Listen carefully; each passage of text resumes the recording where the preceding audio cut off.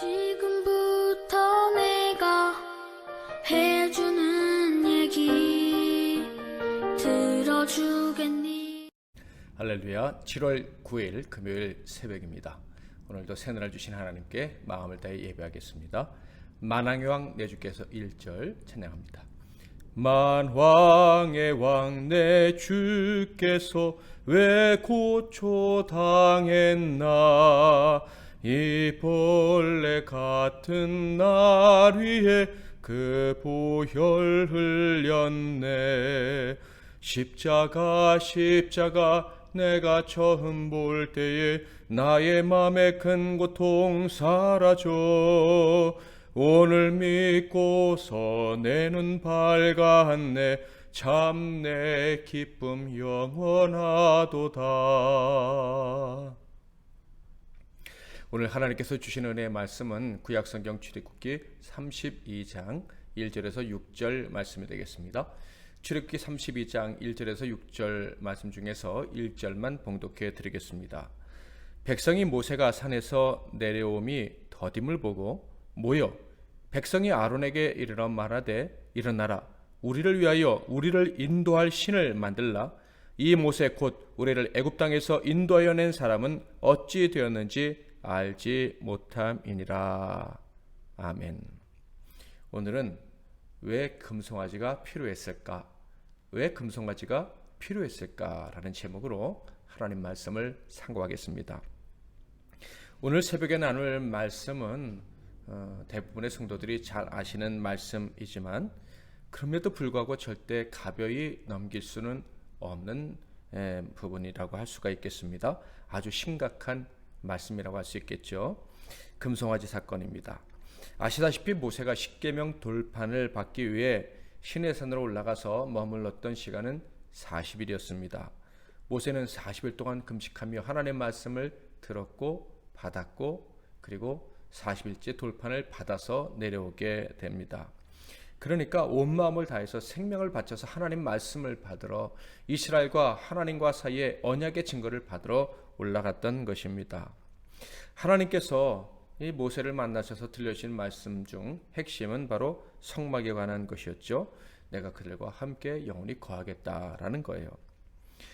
자, 그런데 이 영광스러운 일이, 그리고 모세 입장에서는 생명을 바쳐 사명을 감당하는 이 일이 산 위에서 진행되는 동안 산 아래에서는 기가 막힌 일이 벌어지고야만 것입니다.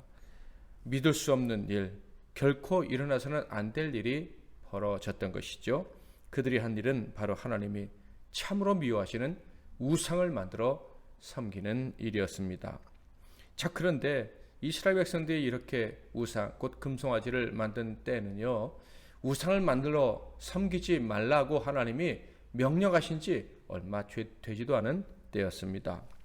우상을 만들지도 말고 섬기지도 말아라 라는 말씀에 아멘으로 화답한 지가 얼마 되지 않았던 때다, 이런 말씀이에요.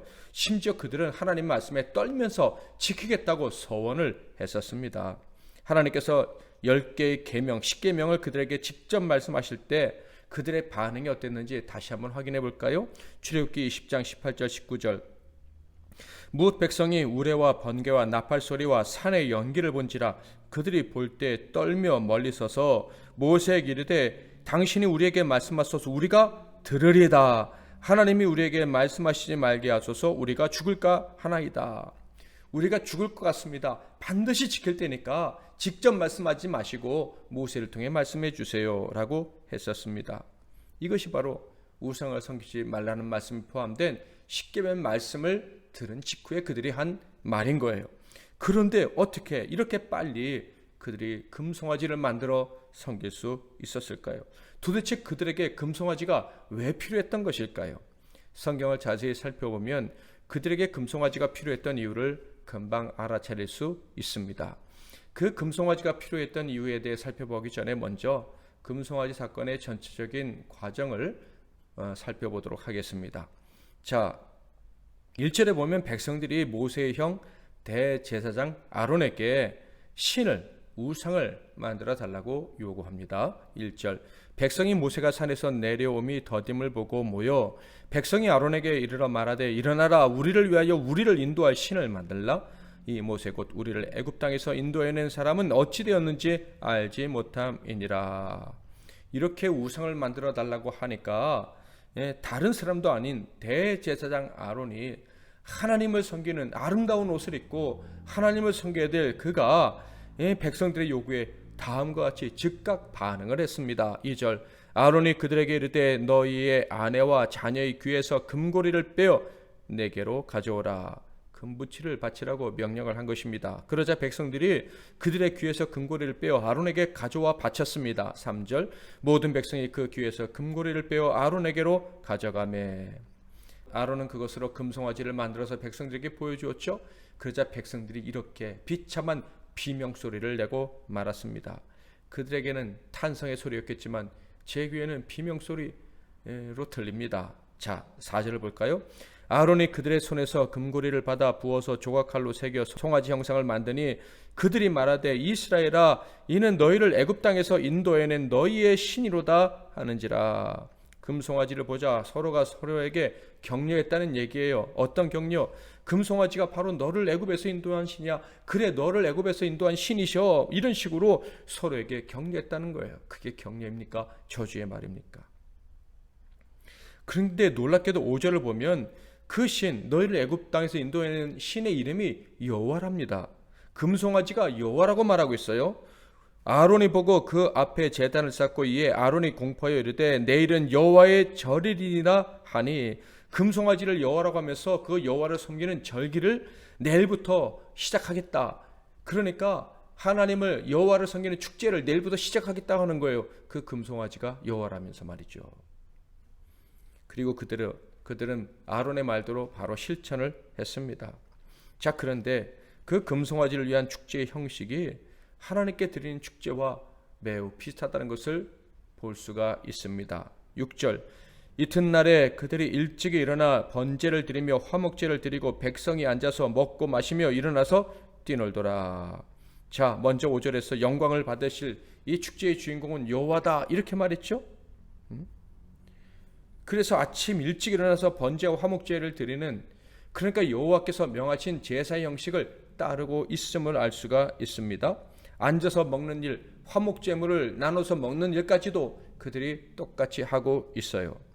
그런데 틀린 점도 있었죠. 먹고 마시며 일어나서 뛰놀았다. 이것은요 하나님께 제사 드릴 때 그때는 없었던 부분입니다. 먹고 마시며 일어나서 뛰놀았다 할 때 용법이 와우 용법이라 그러는데요. 계속 용법을 말한다. 계속 먹었고 그리고 마셨고 그리고 일어났고 그리고 뛰놀았다. 이렇게, 그러니까 그들이 계속 뛰놀았다는 얘기입니다. 게다가 뛰놀았다는 말은 육체적 활락을 암시하는 말입니다. 그러니까 그들이 계속적인 더러운 행위를 했었다라고 여겨집니다. 특별히 황소를 섬긴다고 할 때 그 황소는요 남성의 힘을 상징하는 거예요. 생산을 상징하는 거예요. 그래서 소를 섬기는 자들은 음란한 행위를 하는 경우가 많았습니다. 그러므로 애굽에서 이스라엘 사람들은 그것을 보았을 거예요. 이 축제 때 그들은 여호와를 섬긴다고 했지만 미처 예전에 하지 못했던, 하나님을 섬길 때는 할 수 없었던 그 더러운 얘기를 계속해서 했다는 것을 충분히 짐작할 수가 있습니다. 그러니 이들이 범한 죄는 너무나도 큰 거예요. 꼽자면 수없이 말할 수 있는데 몇 가지만 말씀을 드리면, 먼저는 지금 모세가 하나님과 대화하고 있다는 것을 알면서도 신을 만드는 죄를 범했습니다. 하나님이 지금 저 시내산에서 구름 가운데 임재하셔서 모세하고 말씀하시는 것을 보면서도 다른 신을 섬기려고 했다. 또한 하나님의 명령, 십계명을 떨면서 받았음에도 불구하고 그때의 두려움을 잊어버리고 발로 차버렸습니다. 저와 여러분은 절대 하나님을 두려움을 잊어서는 안 될 거예요. 평생 하나님을 두려워하고 그 앞에 떨면서 살아가야 할 것입니다. 하나님을 두려워서 떨었던 지가 얼마나 됐다고 그들은 우상을 섬기며 춤추고 있습니다. 또한 애굽에서 재앙들을 통해서 애굽의 신은 아무것도 아님을 보았음에도 불구하고 애굽의 신을 만들었습니다. 애굽에 있었던 그 황소, 그것들을 갖다가 또 만들고 섬겼다 하는 거예요. 게다가 하나님을 섬기는 그 여호와를 섬긴다고 하면서 우상을 섬겼고, 우상을 섬기는 그 행위에 하나님을 섬기는 그 거룩한 일을 섞어 버렸습니다. 그러니까 우리가 하나님을 섬긴다고 하고 하나님을 예배한다고 하면서도 얼마나 더러운 것이 섞일 수 있는지 우리는 경각심을 가지고 우리 예배를 돌아보아야 할 것입니다. 이 모든 죄는 한마디로 말해서 그들에게 생명을 주신 하나님을 배반한 죄입니다. 사람이여 그 부모를 배반할 수 없지 않습니까? 부모가 없었다면 자신이 존재할 수 없었다는 것을 너무나도 잘 알기 때문입니다. 그런데 우리 하나님은 어떤 분이십니까? 생명을 주셨을 뿐만 아니라 세상의 모든 죽음에서부터도 건져주신 분입니다. 부모는 어릴 적 혼자 살 수 없을 때 살 수 있도록 도와주신 분이에요. 그런데 우리 하나님은요, 인생 전체뿐만 아니라 영원토록 살 수 있도록 도와주시는 분이십니다. 그런데 이스라엘은 이런 하나님을 경험했음에도 불구하고 배신을 한 무서운 죄를 범했던 것입니다. 자, 그렇다면 여기서 그들이 왜 하나님을 배신하고 우상을 섬겼는지, 왜 금송아지가 필요했는지를 좀 더 자세히 살펴보도록 하겠습니다. 1절을 다시 한번 읽어보겠습니다. 백성이 모세가 산에서 내려옴이 더딤을 보고 모여 백성이 아론에게 이르러 말하되 일어나라 우리를 위하여 우리를 인도할 신을 만들라. 이 모세 곧 우리를 애굽 땅에서 인도하여 낸 사람은 어찌 되었는지 알지 못함이니라. 1절 말씀을 통해서 우리는 아주 중요한 정보, 즉 그들에게 금송아지가 필요했던 이유를 분명하게 알 수 있습니다. 한마디로 그들은 모세 곧 사람 곧 세상을 바라보는 자들이었기 때문이라는 거예요. 보이지 않는 하나님보다는 보이지 않는 그 어떤 것을 바라보고 그것들을 의지하기를 좋아했던 사람들이다 하는 거예요. 이스라엘이 아론에게 금송아지를 만들어 달라고 했던 이유는요, 모세가 보이지 않는다는 이유였어요. 모세가 더디에 내려오니까 안 내려올지도 모른다면서 우리를 인도할 신을 만들어 달라는 거예요. 자, 모세가 보이지 않으니 인도할 신이 없어서 불안했다. 그러면 모세가 보이면 인도할 신이 우리에게 있을 것이고 그가 우리를 인도할 것이다 라는 얘기예요. 그렇다면 그들 입으로는 하나님을 섬긴다고 했지만 실상은 보이는 사람 모세를 신으로 섬긴 것은 아닐까? 이런 생각을 할 수밖에 없는 거예요. 물론 그들은 모세를 참신으로 섬긴 것도 아니에요. 언제나 배신할 수 있었던 사람들이라는 것을 그들의 행동을 통해서 잘 보여주었어요. 그러니까 보이는 신도 언제 섬기는 거예요? 자신들이 필요할 때만 섬기는 자들이다. 하나님은요, 보이나 안 보이나 우리와 함께 하시고 하나님을 섬기는 자들은요, 좋을 때나 고난의 때에도 하나님을 향해 사랑과 충성을 드립니다. 그러나 우상 숭배자들은 필요할 때만 섬기는 거예요. 이스라엘 사람들은 바로 보이는 신을 섬기려고 했어요. 그 이유는 바로 필요할 때만 신이 필요한 자들이었기 때문이다 하는 거예요. 자, 그들에게 모세가 보였을 때 모세가 그들을 인도해 준다고 믿었다. 그렇다면 그들은 모세를 정말 신이라고 생각했을까요? 말로는 하나님을 섬긴다고 했지만 심지어 하나님이 두려워서 모세가 중보자가 되어 하나님 말씀을 전해달라고 했지만 그럼에도 불구하고 그들에게 중요한 존재는 하나님이 아니고 모세였다. 적어도 필요할 때 그때만이라도 그들의 신은 모세기를 바랬다라는 것을 알 수가 있습니다. 입으로는 하나님 말씀에 순종하겠다고 했지만 그들은 하나님의 말씀을 바라고 의지했던 것이 아니라 그저 능력자 인간 모세만을 바라보는 자들이었다. 그들에게는 모세가 우상이었구나 하는 것을 알 수가 있어요. 필요할 때만 필요한 신, 그 우상이 바로 모세였다라는 거예요. 그들은 금송아지를 만들었어요. 애굽에서 섬기던 우상들 중에 하나가 바로 이 송아지 우상이라고 그랬는데요. 애굽의 우상 중에 아피스라고 있습니다. 그게 애굽의 소를 섬기는 그런 신앙에서 나오는 것인데 그 소가 곧 소신이 곧 아피스인 거예요. 그러니까 그들은 금송아지를 만들므로 그들이 진짜 신을 찾았는지 안 찾았는지 그들의 본심을 들통내 보여드리게 된 거예요. 하나님께 말이죠. 하나님은 그들에게 은혜를 베풀어 주셨어요. 그들은 유일한 하나님의 은혜를 입은 백성이 된 것입니다. 수많은 은혜와 증거들을 주신 거예요. 그럼에도 불구하고 그들은요, 보이는 신을 찾고 또 찾았다. 그들의 본심, 그들의 본능이었음을 알 수가 있어요. 그들에게 금송아지가 필요했던 이유는요, 보이는 신을 원하는 그 본능 때문이었습니다. 아담과 하와의 피를 물려받아서 보암직한 것만을 찾는 그런 본능적인 악한 갈망 때문에 그들은 금송아지를 찾았다 하는 거예요. 보이는 것에 대한 너무나도 강한 집착이 그들로 하여금 금송아지를 요구하도록 만들었다 하는 것입니다. 자, 그렇다면 오늘날은 어떠할까요? 바울의 말을 들어볼까요? 갈라디아서 3장 1절, 어리석도다 갈라디아 사람들아, 예수 그리스도께서 십자가에 못 박히신 것이 너희 눈앞에 밝히 보이거늘 누가 너희를 꾀더냐. 사랑하는 성도 여러분, 우리의 눈으로 봐야 될 증거가 있다면 십자가에 달리신 예수입니다. 그것만으로 충분하다는 것을 인정할 수 있기를 주님의 이름으로 축복합니다. 바울이 이 말을 한 이유가 무엇이겠습니까? 바울 때에도요, 예수, 십자가에 달리신 예수만으로 만족하지 못하는 자들이 많았고요, 다른 것을 보고 그 보이는 것을 섬기려 했던 신자들이 교회 안에 많았기 때문이었습니다. 자, 이 말을 했던 바울도요, 예수께서 십자가에 달리신 것을 보지 못했어요. 그럼에도 불구하고 그의 믿음의 눈은요, 십자가에 달리신 예수로 충분했습니다. 십자가에 달리신 그 예수 때문에 이미 너무나도 많은 경험, 은혜를 입었기 때문에 그는 십자가에 달린 예수를 직접 보지 못했지만 직접 눈으로 본 것처럼 믿었습니다. 그것만으로 충분했고요. 이스라엘 사람들에게 사도 바울은 외쳤습니다. 이방인들에게도 외쳤습니다. 십자가에 달리신 예수를 믿음으로 보았다면 그것만으로 우리가 볼 것은 다 본 것이다. 그것만으로 충분하다라고 갈라디아서에서 강조를 한 것입니다.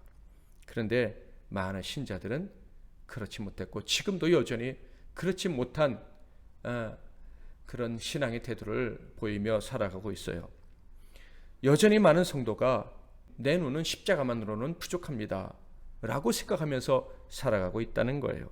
만약에 어떤 성도가 제 눈도요 십자가만으로는 만족하지 못해요 라고 말하는 성도가 있다면 그는 역시 금송아지가 필요한 사람일 것입니다. 여전히 모세와 같은 사람, 세상의 것을 하나님보다 더 신뢰하고 싶은 사람인 거예요.